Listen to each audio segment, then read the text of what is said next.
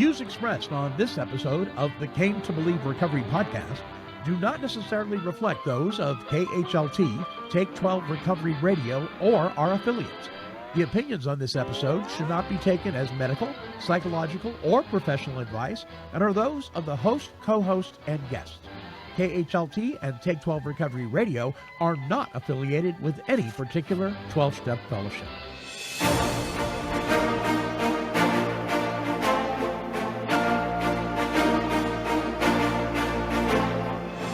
Well, greetings, my friends. I am the Monty Man from Take 12 Recovery Radio, and this is the Came to Believe Recovery Podcast.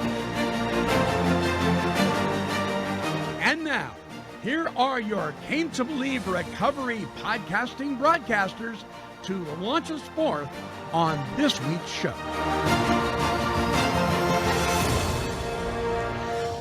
Hello, everyone. Welcome to the Came to Believe Recovery Podcast. My name is Alicia, and I am here with Tom and the Monty Man. Monty Man in his hat. Yes. It's beginning to look a lot like Christmas. Like Christmas. Isn't it? Yes. Isn't it? Yes. Is that a dog on your head? It's No. Rudolph. No. The red-nosed reindeer. Those are the little reindeer horns. This is Ruru.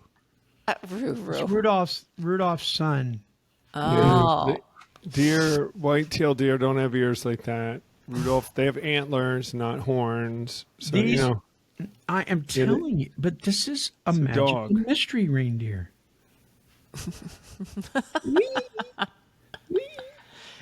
Too much time on your hands. Oh, my goodness sakes. Oh, Jiminy Christmas. Okay. So, I say Jiminy Christmas a lot, which actually is a euphemism. I did not realize that. Which means? Jesus Christ. Jiminy Christmas. Yeah. So I don't know if that's inappropriate, and maybe I shouldn't say that. I don't know. What do you think, listeners? What are your thoughts? Write an email to Monty Man. Send us your email. I know Did we the get song. any emails this week? No, Wait, we have did to know the not. song. I knew the song. Yes. What is the song in the beginning? Hanna-Barbera, Flintstones, No, Looney Tunes. Jetsons. Looney Looney Tunes. Tunes. Specifically, Tunes? there is a name for it. Well, it was Bugs Bunny, but I think it was Looney Tunes. That was for the Looney Tunes was Bugs Bunny and all of those. Yes, but there was an actual name for the tune. It was used for Looney Tunes. Will we know that? Yeah, You no, will that's- when you hear it was called. It was called Merry Melodies. No, I wouldn't have I known that. remember You didn't know seeing that writing on Yeah, the Merry Melodies screen. in cursive right across the thing. Yeah. Yeah. Can you name all the Looney Tune characters? I guess that's probably a ton, right? Tweety, Sylvester the cat, Bugs Bunny, right? Longhorn, or whatever his name was. Foghorn, Longhorn. Get away, son! You bother me. That guy. I don't know. was Daffy Duck and I think that was Disney. There's No? Daffy's Disney. Yeah. Disney. Yeah. well, what was the duck? It was There was a duck. Maybe Yeah. Donald Duck is Disney. Maybe that duck is Looney no Tunes. Daffy was the was the one with Bugs Bunny that he beat him up all the time. Oh, and that's everything. yeah. That was Daffy. And then That there was was Daffy. who was the guy with the gun? Oh, The Yosemite big Sam? mustache. No, the other. Oh, the other one. Oh, Elmer Fudd. Elmer Fudd. Yes, Elmer Fudd. Yeah, Yeah. it's really quite inappropriate. Like today, the woke people would never allow those cartoons. Oh my gosh. Why? I mean, they're just they're racially insensitive and Beating they're everybody just up. funny. Only if you're looking for it. None of us were looking for any of that back then. It's really violent, and they're, My absolute favorite cartoon, though, was the coyote and the sheepdog. I They don't know would that. punch in. Good morning, Ralph. Good morning, Joe. Oh, They, yeah, I do. they punched their time clock. They were buddies, right? And then they punched their time clock, and then they'd go after each other. because the Right. sheepdog had to protect the sheep, and the coyote wanted to eat the sheep. So there was I a don't battle. remember that one. And then at 5 o'clock, the whistle blew, and they would go punch out. Good night, Joe. Good night, Fred. I mean, I love That's it. Monty's sense of humor. Yes, it is. Well, we don't have a mailbox, but I want to encourage you. I just got in, fresh off the presses, a brand new batch of the Lie is Dead. We do recover wristbands. Wristbands. And I wear mine on a regular basis. I know Tom does. See there? Look at that. Alicia, where's yours? I gave you one. I do not. Anyway, if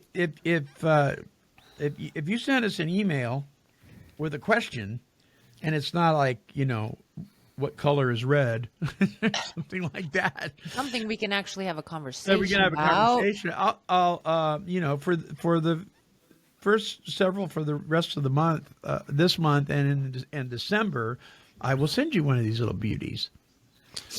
Yay, Merry Yeah. Christmas. So send us an email at Monty, MONTY, at cametobelieverecovery.org with your questions or comments or whatever. And I'll send you a little wristband because I got a whole bunch of them.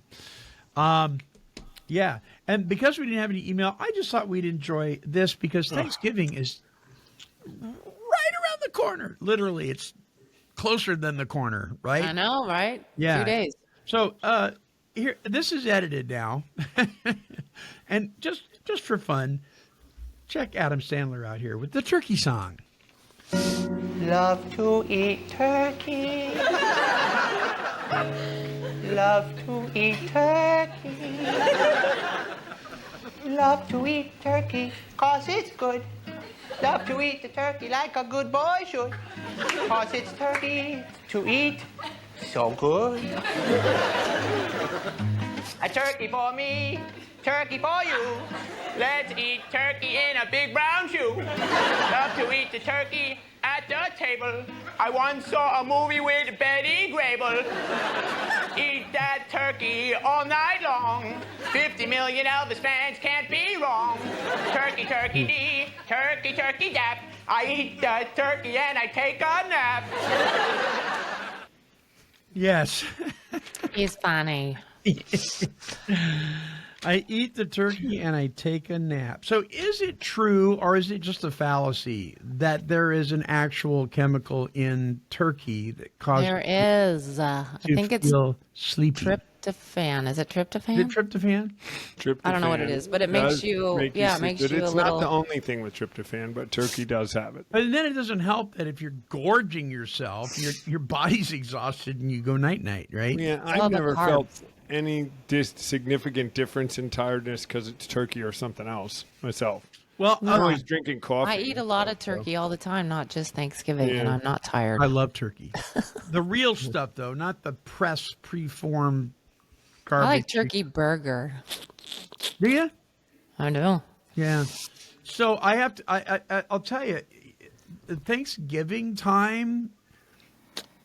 For some reason or another, I can't eat very much, which is kind of cool because I'm not too worried about it, right? And everybody else is like pigging out and everything. I'm like, I can put very small portions on my plate and I can't even finish them. And I've always been like that. I don't know what I wanted to. It's like, oh yeah, that's really great. And I take a couple bites and it's like, I don't know if it's like a contact full. I look at everybody else and I'm like, oh. Well, the work to enjoyment ratio is off. That's the problem. You got to put the mic closer to you, buddy. I'm not Yeah, picking. right there. There you go. There you go. The work to enjoyment ratio is off. Takes I too mean- much work to prepare. Oh my gosh! I know. People will start But you're not Wednesday preparing night, it. Neither am and I. I So who wouldn't. cares? I wouldn't. But you're waiting and waiting and all day long, and it goes from like the night before to all day, hours in it's the 10 kitchen, minutes and then of it's 10 eating. minutes you eat it, right? So I just, because I don't enjoy cooking, like it doesn't, it's just work. Then it's hard for me to understand. Like, would you like eating it? I said, yeah, but I would be okay not. You don't need not for this effort. You don't. Yeah, I'm not going to make you do it because I'm not willing to do it. Some I'm not folks, doing though, it. in some families, it's part of the fellowship. Well, that's how it'll be where I'm going. It'll All be the part of gals the are getting fellowship. together. You know, it's Yeah, all the all hens in the hen house. The nieces are stirring this, and the aunt's doing that, and everybody's and people are chilling, and there was music on. I get it, but Yeah. I'm okay. So here's the thing: I'm totally adamant about at Thanksgiving time. If the whole family's over at Thanksgiving, the TV gets turned off. No game. We're visiting with each other, or a fake fireplace goes up on the TV or something. But it just drives me crazy.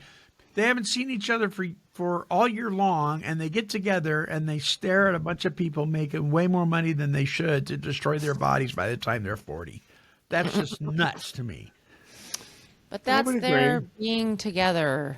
They don't know how to communicate like we do because we're used to That's doing right. it. They do not. They do not. I'm with you. No TV. I'm all right with music, and This is good. Yeah. but yeah, no TV.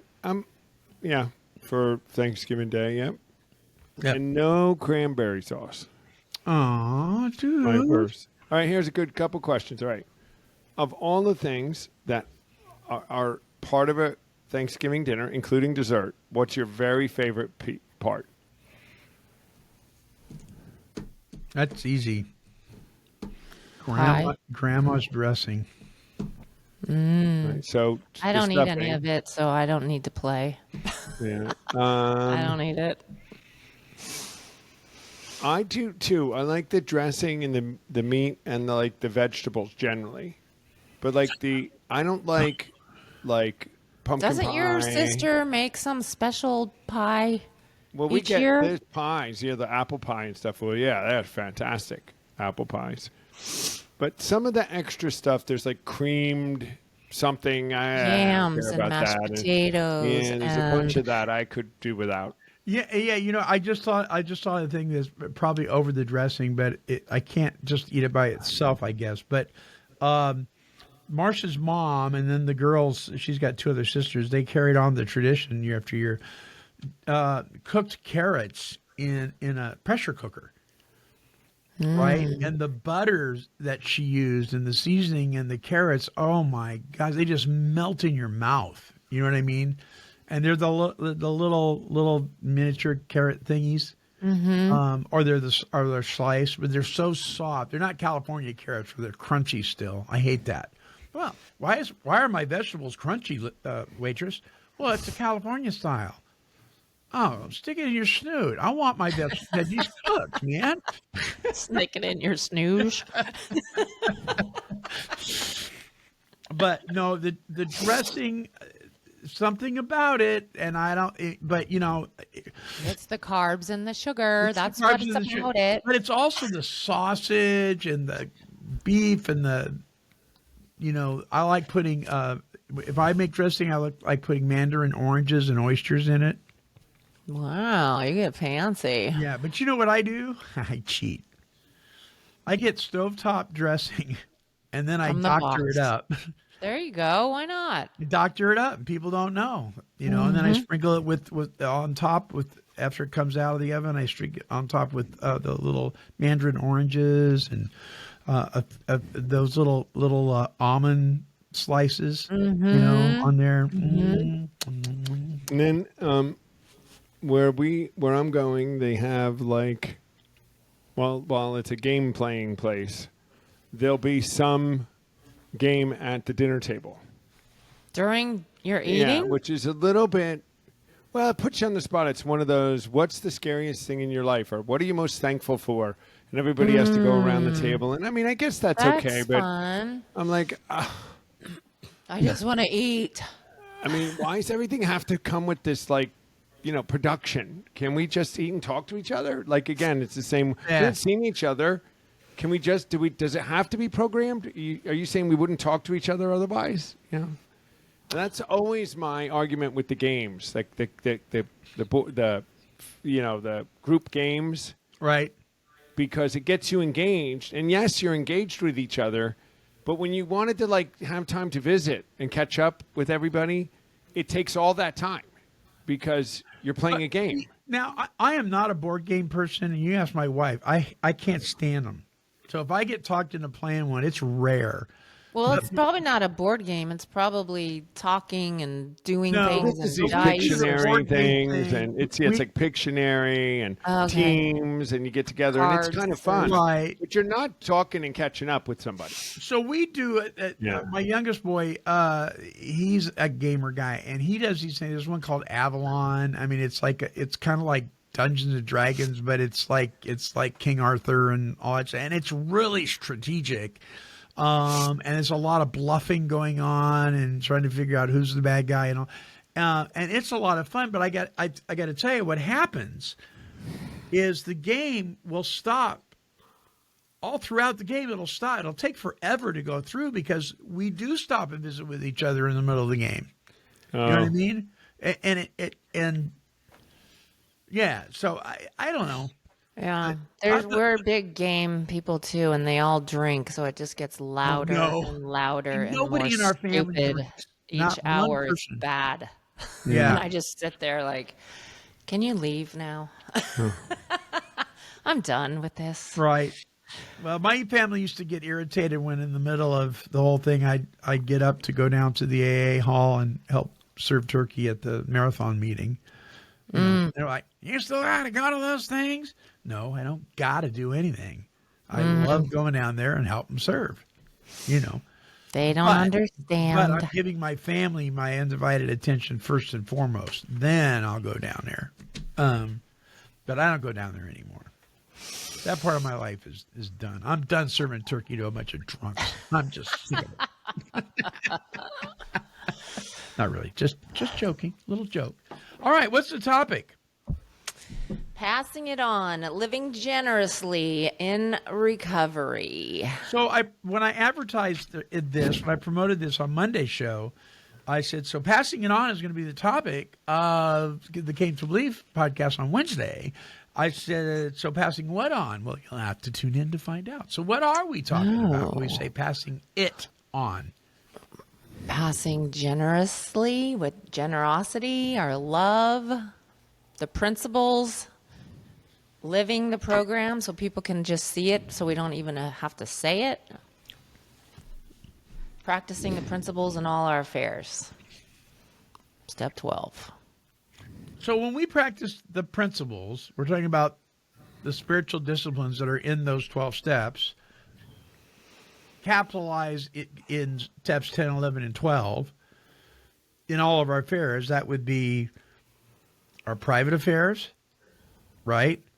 Our business affairs, our personal Relationships, relationships finances, with others, money, with the way body, we treat our children's teachers at food, PTA. And everything. All means all. So when we do that, well, when we don't do that, we're passing something on, right? Selfishness, self-centeredness, ego. But when we do that, we're passing something on too. And so my dad used to say, son, you will always be an effective influence. Always. It's just depends on what it is you're effective for. Negative or positive, Yes, right? but you will be effective.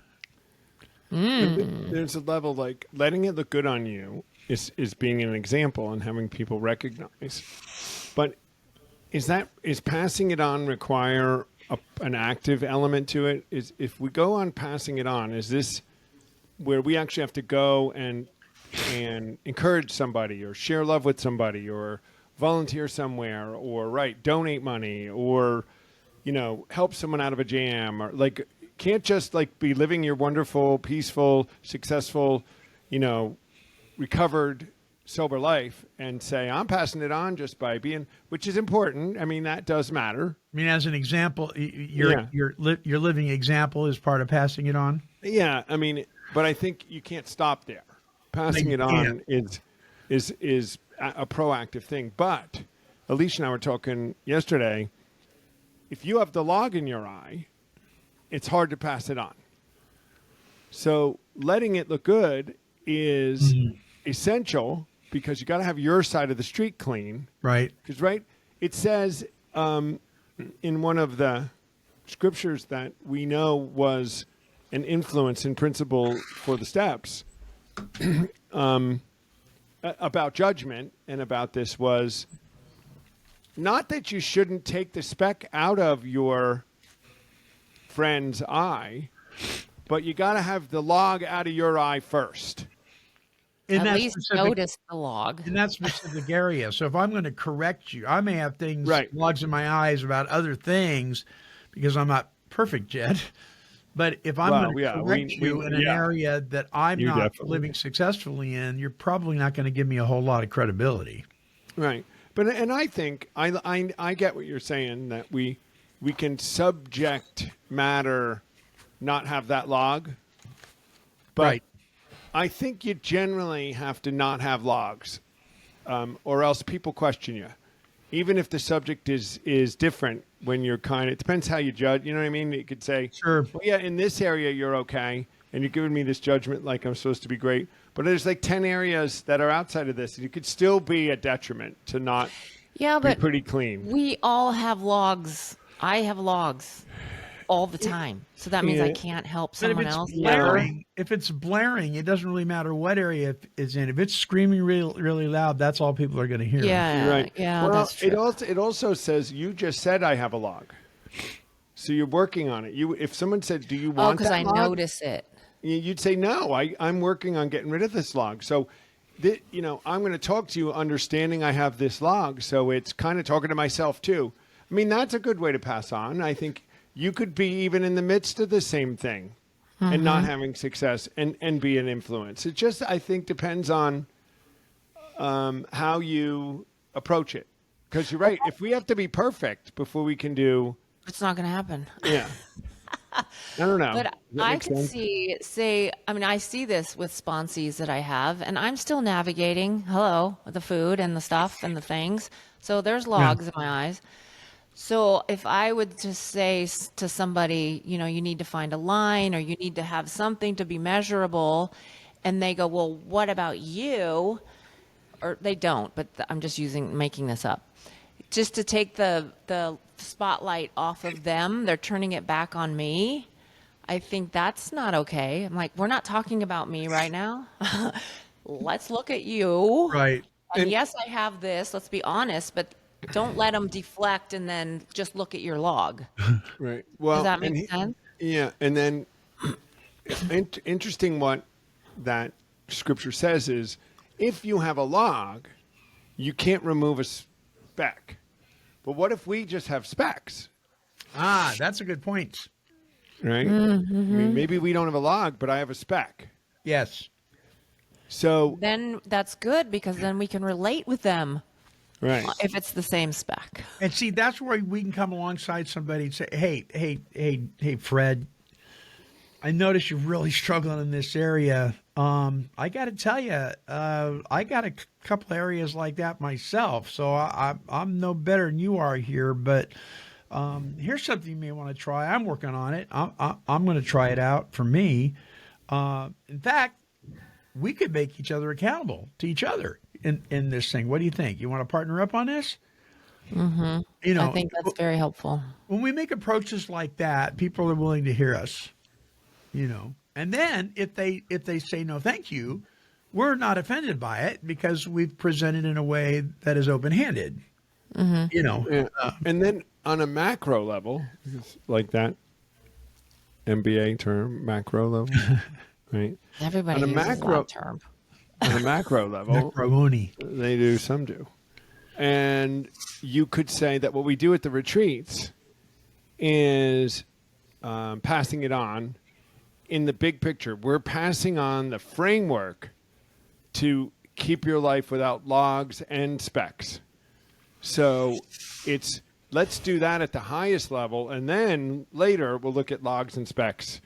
But we got to give you the tools to be able to, like Right. you said, Alicia, if you don't recognize the log, which is so glaring in people when they judge you, and they have logs and they don't know it. And you're like, whoa, and I'm always want to, yeah, but you do, even if they're right. I've had people Well, I say think that's the problem. It's like we have to just take it. It's true. Yeah. It's true. So.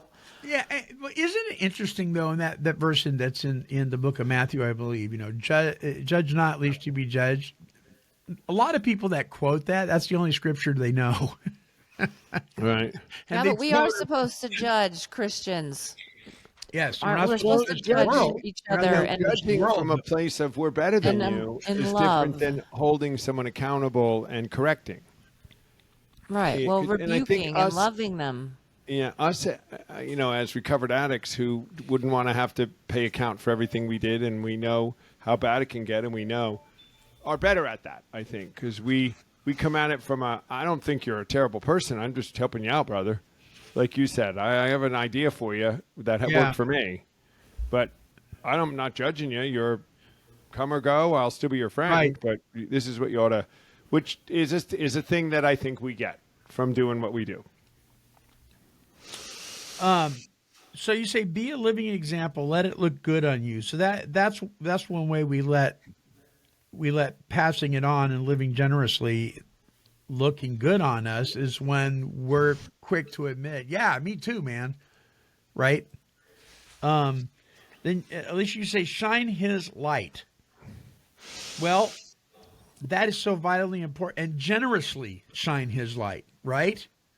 So that means even when we're feeling even less than poopy, we can step up to the plate and shine his light. I mean, so I'm thinking about Roger McDermott right now.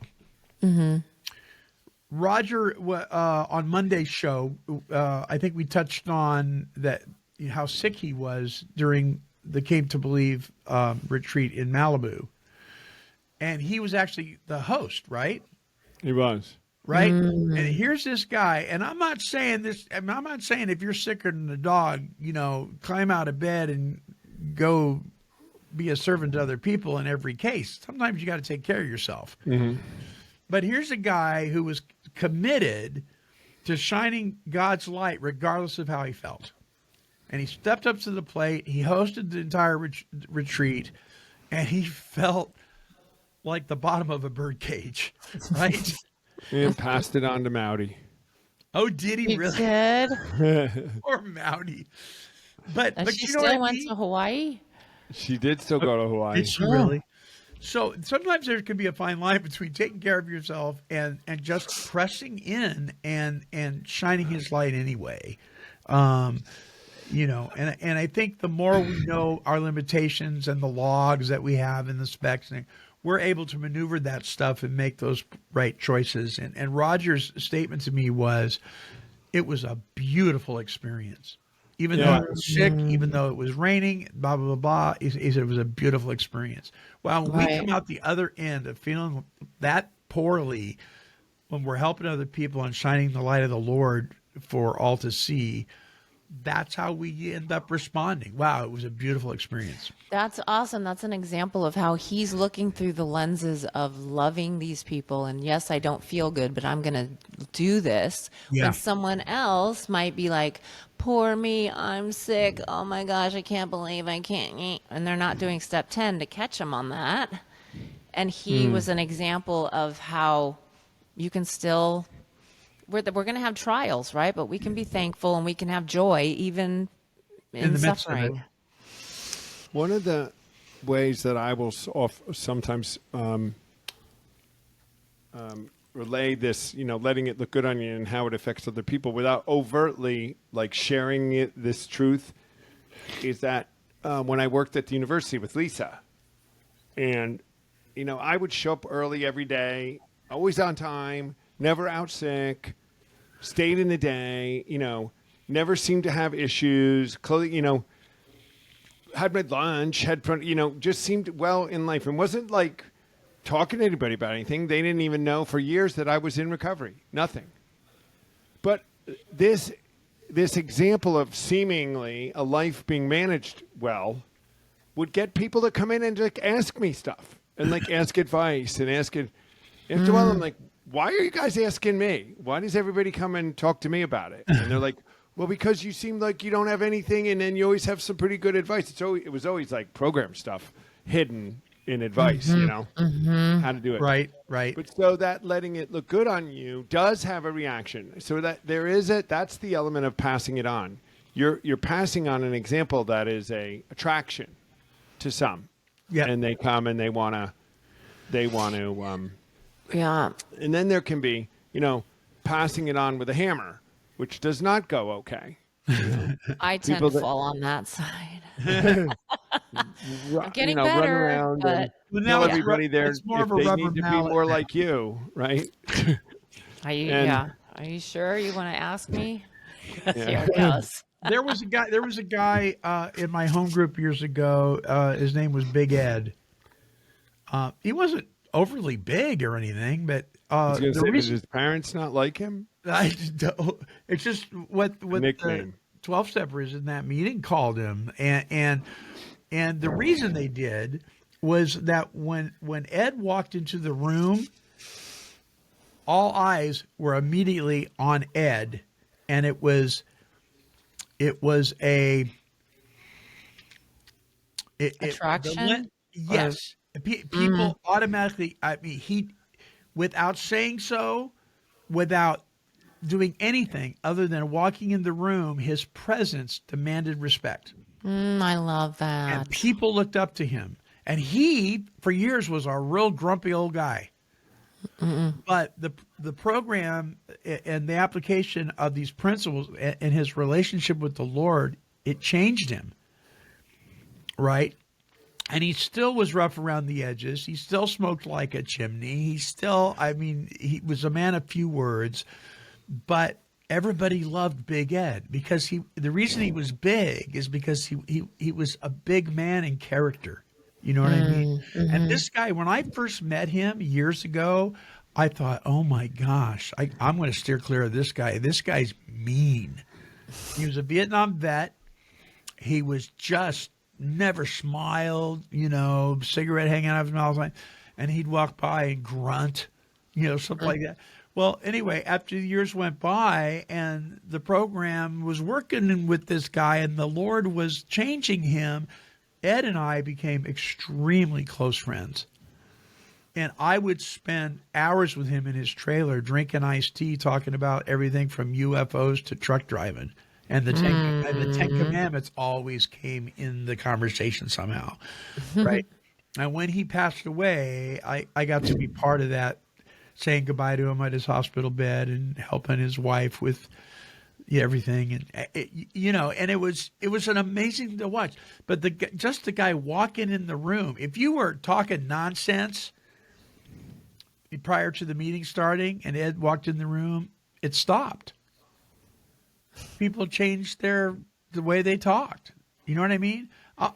I hope that in some small way I can have that kind of effect on people. Yeah, they all stop when you come in because they're like, oh, Monty man. now here, and I'll be vulnerable with like someone that I would respect, right? Yeah. And there's things we all can't look past. We know what Alicia can't see past. What are you eating? Right. What How are do you putting in your how mouth? overweight are you? How big have is your any belly? muscle mass? Yeah, all that. But smoking, someone that smokes, like a recovered person who's speaking from a place of like, a strong character, I have trouble with it. And then they're sucking on the cigarette that's going to kill them. I'm like, but if you're so, it'd be like going to a doctor who smokes. Really? Like, Well, it's practicing these principles in all our affairs. It's still addiction, and they're keeping it. It is weird. And, what's the difference if it was somebody who couldn't keep from lying or keep from sneaking a cookie or chocolate or had a little extra weight? Same, right? I know, but it doesn't bother me as much as that cigarette. That's your personal. Some things scream louder than others. That's all. For all of us, right? The cigarette is just a thing that I say, who would ever smoke ever again anymore, right? It's just, there's just beyond decades and decades of evidence that says it's absolutely going to kill you. Right. And so that is one thing. And I just admitted I should be A little more tolerant? a little more tolerant of it in that it doesn't mean that they might not have something good to say. Just like a doctor who smokes and was overweight could still be a brilliant doctor. And in the world of doctoring, he doesn't have a log. See that's like kind of Alicia, what you were saying. When it comes to that, you wouldn't want to go to anybody else. I mean, would you say just because you smoke and you're overweight, I'm not going to go to you when they're the smart? I mean, this is that tension that we have, right? Mm-hmm. So I had a guy named Dr. Bob. That's what his name was. That's funny. Who was a brain surgeon years ago on the show.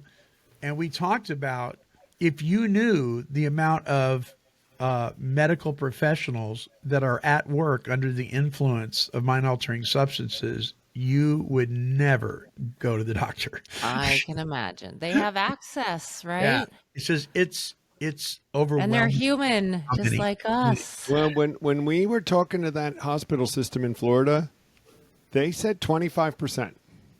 Or addicts. Nurses, yeah, they have access. They're using the stuff. They're pushed too hard at work. Yes. 25%, not the 15 or 10, it's a very high percentage that, and they some don't. are hiding it. So how would they all even hide it know? because, they know, but they don't self-identify because they lose their licenses. The consequences to their career is so bad. So here's mine, guys. Dr. Bob, our Dr. Bob, was a drunk operating on people. Yeah, he was. Apparently, he was a pretty good doctor, surgeon. There's stories in the book. Yeah. Him drunk as a skunk operating on people. Yeah. That's crazy. So mine is I don't get it. And I have a hard time with this. And maybe it's like you with the cigarette thing and Alicia, you with the food thing. People that are born again believers that have been walking with the Lord for a good long period of time, who are also recovered alcoholics, practice the 12 steps and passing it on, that are still potty mouth. I'm just like, Tom is one of those. I tend to, and I'm not talking about the occasional thing. I'm talking about that's me. I'm the occasional. Where it's so I'm going to give you an example. I'm going to throw this guy under the bus. It's a log too, Alicia. Yeah.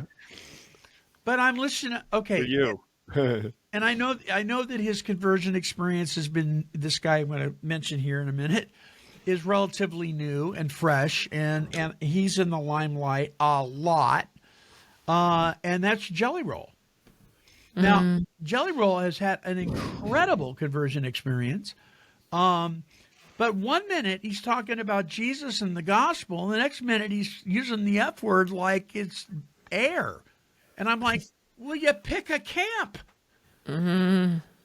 Now, do I need to be more tolerant? Absolutely. I don't know his journey. I've never met the man. And here I am sitting back going, exactly. What are you doing? And I'm like, and God's kind of checks me on that. Well, what are you doing? You know what I mean? Well, we need to just stay in our own lane. We do need to stay in our own lane. Exactly, showing people. Tom has his thing with smoking. You have things with language, and I have things with overweight. If you're like overweight, there's a problem. Well, and everybody can see it. Why aren't you fixing it? And out of the abundance of the heart, the mouth speaks. So if garbage is coming out of your mouth, what's that say about your heart? Yeah. See, now I could throw that around all day long, while the whole time maybe being overly judgmental, or not judgmental, because we have to make judgment calls, but overly critical. There's a difference. Is one of my logs. Could be. So whatever we do and however we react to people's foibles, we're going to pass something on, aren't we? That's true. We're going to pass something on. And I don't know that we always want to pass on some of the things that we pass on. So let's talk about generosity with money and time. Well, see, and we were yesterday, we talked about time and talent, right? And treasure.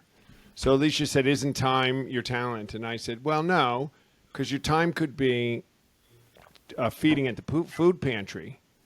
right? Which And that anybody. But takes if no you're talent. if you're a lawyer and you give some pro bono, that's giving your talent. Or Time doctor. and So, talent. yeah, time and together. talent. But that's talent. Is so you give your professional services for free. Well, I mean, what did Jesus? There's scriptures that say if you make more money, that's just so you can give more away. Like the reason to work hard and make more money, a lot of it is, yes, you want to be stable and have yourself taken care of and your family, but it's to give more away, not to store in a storehouse. Not just, yeah, right. And I've given you more money to give away. I mean, you seem to be a good steward of it. So, but,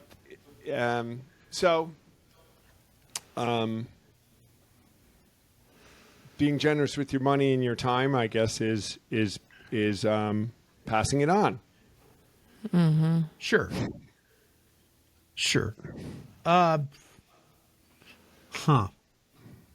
So you got generous with blank. Well, I was thinking of the money, time, and talents, and then I thought that could be like what other things could we be generous with? So I left it blank. But I guess that's it. I mean, time, talent, money. What else could you be generous with? Other people's That's all of it. Other people's time and talent or whatever. So this used to drive when I was a kid, and see if you guys can identify with this. We'd go visit Aunt Doris, right? And we'd have dinner at Aunt Doris's house. And my mom, after we got done eating, would say, Doris would start clearing the table.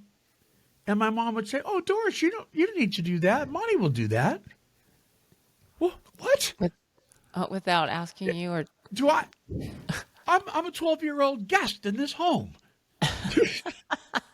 she's You didn't teaching even- you. I didn't even get a vote. What do you mean Monty will do it? Oh, Monty will do the dishes. I'm an only child, and I'm stuck. Monty will do that. Monty will pick that up for you. No, you didn't get a vote. Did you do it? Well, yeah. Well, you're 12. You're under your mom's authority. Yeah. Don't you see the value in that now? No. No. No. He was hoping we were going to like jump on board with him. Yeah, no, I'm We're not.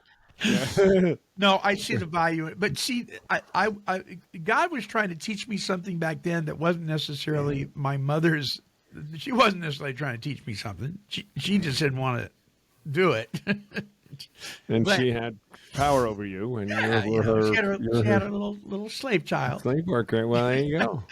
Yeah. But he used to drive me nuts. And then I'll watch families do that. And I'm like, wow, you just threw your kid under the bus and he just drove 4 hours to visit his Aunt Doris and now you're making him work, So, but do we ever do that?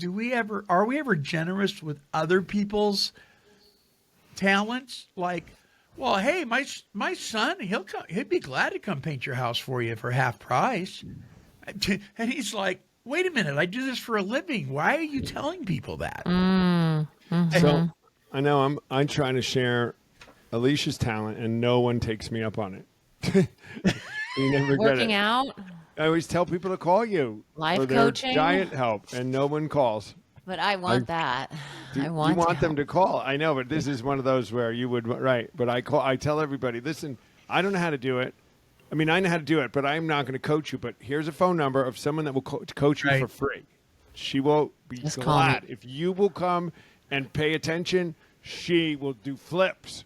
Come live with me. I'll feed you. I have plenty of space for you. So Come over. I'm giving her talent. But, I like that, Monty. I've had people call me and someone say, like, I want to refer somebody for recovery stuff to me or call me and volunteer my time or talent without asking me. Yeah. And would you sponsor them? Would you talk to them? And you're like, Well, Monty did that, but you asked me first with somebody, and I am working with her. Yeah, well, and Yeah. I wouldn't give her your number until I got your permission. Right. Yeah. Yeah. Timothy will, I don't know if he asks me first, but he has asked people to come over, assuming that I'm going to be home and I'm going to be making dinner and I'm going to be doing, but I am anyways, and I don't care. But that kind of falls in there of like, oh, so-and-so and so-and-so are coming over. Can you have food? Oh, right. Yeah, well, that's Yes, that talent. okay. That's Well, that's yeah. Well, let me ask you guys this though: what about when you want to give generously, but no one wants to receive it? And kind of like what Tom was saying about people referring to you, Alicia, but not calling you. How many times have I handed out my card and said, "Hey, listen, if you think you've got an issue and you're open to have coffee, let's have a chat. I may have a solution for you if you're interested." Never get a call. I think I've gotten a call one time in the 30 plus years that I've been walking and sitting and riding this train in the 12-step rooms. One time? I think I've got one call off of the phone list that goes around the room. I think I've got one call from there. Now, I've gotten calls before, but from that thing, one call. And so I've heard some people say, I don't put my number down anymore. I do. I put it down. Just in case. Just in case. I also put down my full name, which the founders did, by the way. Yeah. When they signed the rosters in the meetings, Dick B had a copy of one of the original rosters. Full name, phone number, address, but how many times have we stepped up to the plate and offered to be available to sponsor somebody and no one takes us up on it? Right. Oh, and the other side of that, Monty, is when people say to me they want to help, they want your help, they want to help, retreats, it's always 10 people come up. How do I volunteer? How do I volunteer? And I'm never very excited about it because, like you, no one ever calls. Here and there, someone will reach out, but they act like they want your help. And then, so I don't go too far overboard. I go, just reach out to the website. Can I have your number? No, you can't have my number. Reach out to the site, kind of thing. Because you want to count the cost on them to see if they're serious or not. Well, yeah. So well, for sure. Like my friend Dion, one of my co-hosts on Monday's show, he would love to get involved with Came to Believe, and I said, well, here's what I think you should do. Why don't you go to the virtual retreat, sign up for the virtual retreat, go through the workbook, do all that, and see what you think. And he jumped on it. Definitely, they have to do a retreat first because they did, don't even right know away. who we are. While he was on the phone, while he was on the show on Monday, right after the show, he typed it in. He sent in his $50. He got all registered. Boom. See, now that shows me somebody that's serious about putting their foot in the water. Well, and when that's like Mowdy when she was in Pasadena. Remember, Alicia? The first day, that was way back, sitting in a chair in that leader room on that Friday, and they didn't even been through Came to Believe. They didn't even know what it was. That was our pilot, right? And then came back the next day and was sitting in that room ahead, and came back again. You said she wants it, right? And she did. She made a little action, and then she's always, when you tell her what to do, she did it and more to make sure you knew she was serious about it. That's what we want to see. And I'm with you too, Monty. How many times somebody wants help, hand out a card, hand out a thing, and never hear a thing? Yeah. But we keep doing it because there may be one person. Just gonna and you say, just don't can't stop take it doing personal. it. You can't take it personal. You can't take it personal. But let's go back to, if you guys heard virtual retreat and you're like, what? Go on our website, cametobelieverecovery.org. We have a virtual retreat, 2 days. It's going to be a Friday and a Saturday on January 9th and 10th. Yeah. All over. People from UK and Ireland and Scotland and all over the United States and Hawaii. And so check it out. And you can get recovered over the computer in 2 days. And then, guys, I think I heard you guys saying before we went on, we are going to be in Malibu twice next year. Yeah, so I heard, in June and in December. I'm sure we'll be in Nevada City. We want to even take one of the more valuable spots in Nevada City, which requires us to have 90 people. But we believe we can have that. We almost got there this past weekend. Well, we could 74. have. We had to kept people off. Both Malibu and Nevada City could have been 10 or 20 more. We were turning people over, which is that's a good thing and a bad thing. We don't want to be turning people away, right? I mean, our business is life and death. So the point, I think, for people to understand or to hear from us, and you may or may not, is we were kind of backed off the public retreats with the work with the Salvation Army, but next year we are going to make an effort to make this more available for the general public. And we got some people in Georgia or in South Carolina that want to try. And, another one of those, we want to do this right away. We want to do this, go. And you never hear from them. But we'll see. Right. Maybe. Right. How many have we heard that, right, Alicia? So many times. And so for those who are listening, Tom, that might have that angst about I'm on the website right now and it says it's $50 for the virtual retreat. You guys are charging to take us through the steps. Explain that so people understand that we're not charging to take them through the steps. No, we're not charging to take them through the steps. It's costs. It's like if you went to an AA convention. You'd have to pay for the food of the venue. There's some costs that are involved, believe it or not, with putting on an event like this. We have people in the background that do get paid to be able to create it. We have to pay for the website. We have to pay for Zoom. And, we don't have enough donations to be able to do it for free, or we would.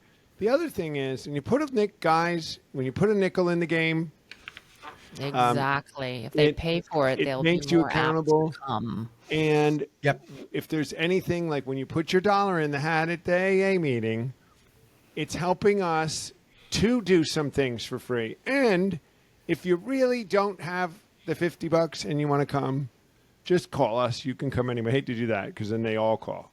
But Right. But you're right, Monty. People say we're not charging money to teach you the steps. We're charging money to cover all the expenses around it. That's all. Right. And why? I remember a pastor, Tim Doyle, said this once. He said, people come to our church and they sit in the pews and they don't give any money because they don't want to give. But how do they think the lights go on in the church? And would you go to a movie theater? He goes, would you go to a movie theater and not pay for a ticket to see the movie? I never heard that way.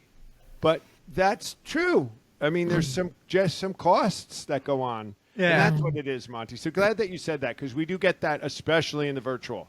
We get posts that people will post, if AA's free, you just kind of, which it's not really. Right. And no. So thanks for and I mean, if you're hanging up on that, you need to come to the retreat if you're all hung up on that. Exactly. You need to get rid of that resentment. And you get when you register, do they send you the workbook? We send them the workbook. Yeah. If there's enough time. We always send you the workbook. But if you get a virtual copy of the workbook if you sign up last minute. So you can have something. Print out or have on a second screen. So you get a digital version. Right. And now the UK these days, if you're out of the country, we generally just send you a digital because it's so expensive to send up one some places. So we tell you can have a digital version. But right. You get one. And then you can, at any time, you can purchase the Came to Believe Recovery workbook, our legacy guide, from the website, too. Right. You can get a legacy guide from the website. You can get merch from the website. And like we've been talking today, you can volunteer. You can hear more about us. There's a lot of information. I mean, if you just watch our podcasts, you should hopefully getting some idea about what we do and how we do it. And we're looking to get big. It looks like we have a deal for working with the Salvation Army next year in the West. An actual. We've agreed on all the parameters on what we're doing. So that was a big kind of accomplishment yesterday. And I'm going to the national committee to see if we can expand into one of the other territories next year a little. So a lot of stuff going on, and all of that takes some money to be able to come and spread this message to everybody as cheaply as we can or for free. Yeah. Yeah. Yeah. So anyway, thanks for sharing that. But the virtual is a lot of fun. Listen, we have some leaders today. Dara, who's one of our leaders who comes, she started with us on the virtual. That was her first experience. Yeah. during the pandemic. Yeah. We went a year where nobody was in person, remember? Mm-hmm. Like a year. 15 of them we did. Virtuals, I think, that year. Remember? 12 or 14, something like that. I wasn't with you until 21. Oh, right. Yeah. What? Yeah, folks, we can't say enough about it. If you're poo-pooing the idea of virtual, I don't like Zoom and all that kind of stuff. Yeah, don't throw the baby out with the bathwater here.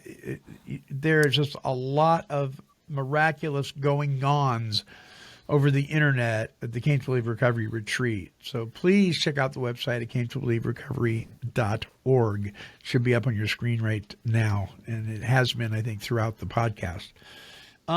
We're just about out of time. Before we do our closing song, closing thoughts. Alicia, you first.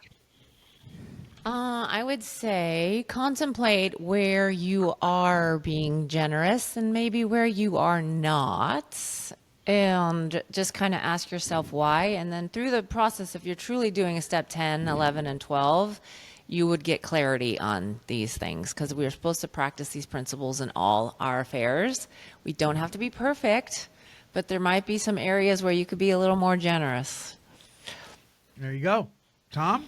Yeah, dovetail on that. I think put yourself in a position to be the most generous and able to pass it on is a clean slate every day. 10, 11, and 12 keeps us as clean slate as we can and keeps our focus on outward instead of inward and keeps us out of trouble. And when we're that way, we're much more equipped to pass it on. Amen. Amen. Good closing thoughts from both of you. Thank you so very much. All right, our closing song is by Conley Ray White. It's entitled, We're Glad You're Here.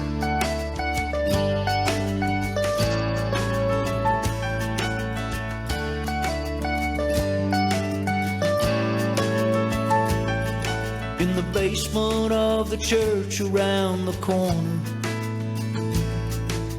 quietly I found myself a seat and held on to my little cup of coffee, utterly admitting my defeat.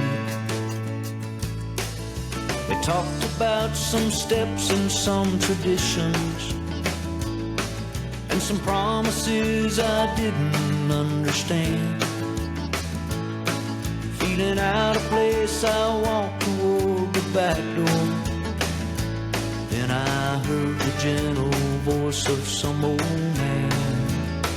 We're glad you're here, 'cause we've been there. And it's hard to find someone who understands enough to care. Put down your pain, cast out your fears. We've all been there, and we're glad you're here.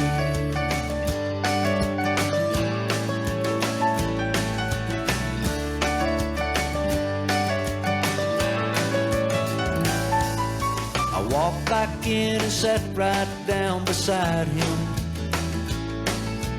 listened as someone poured out her heart. I thought about my past and my condition, all the years of living in the dark. She talked about her fears and her confusion. I listened as the tears rolled down her face. I realized I felt what she was feeling. When she finished, I heard someone say, we're glad you're here, 'cause we've been there. And it's hard to find someone who understands enough to care. Put down your pain, cast out your fears. We've all been there, and we're glad you're here. We've all been there, and we're glad you're here. We're glad you're here, 'cause we've been there.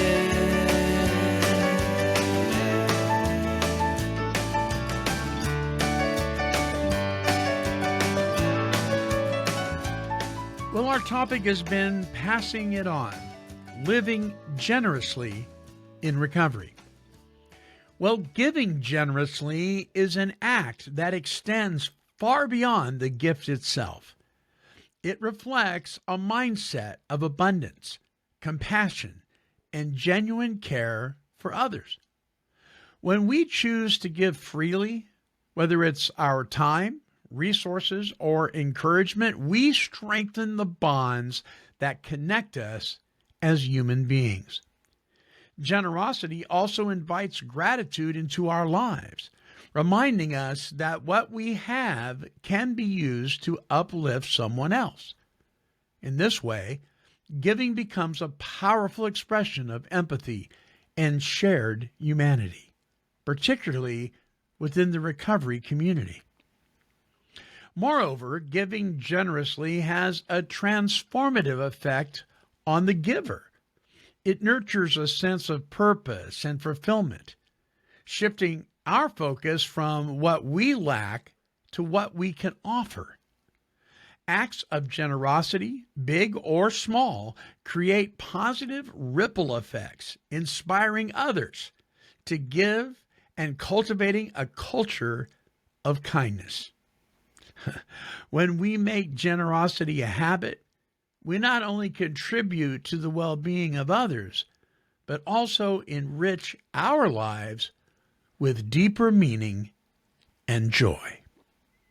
It's something to think about.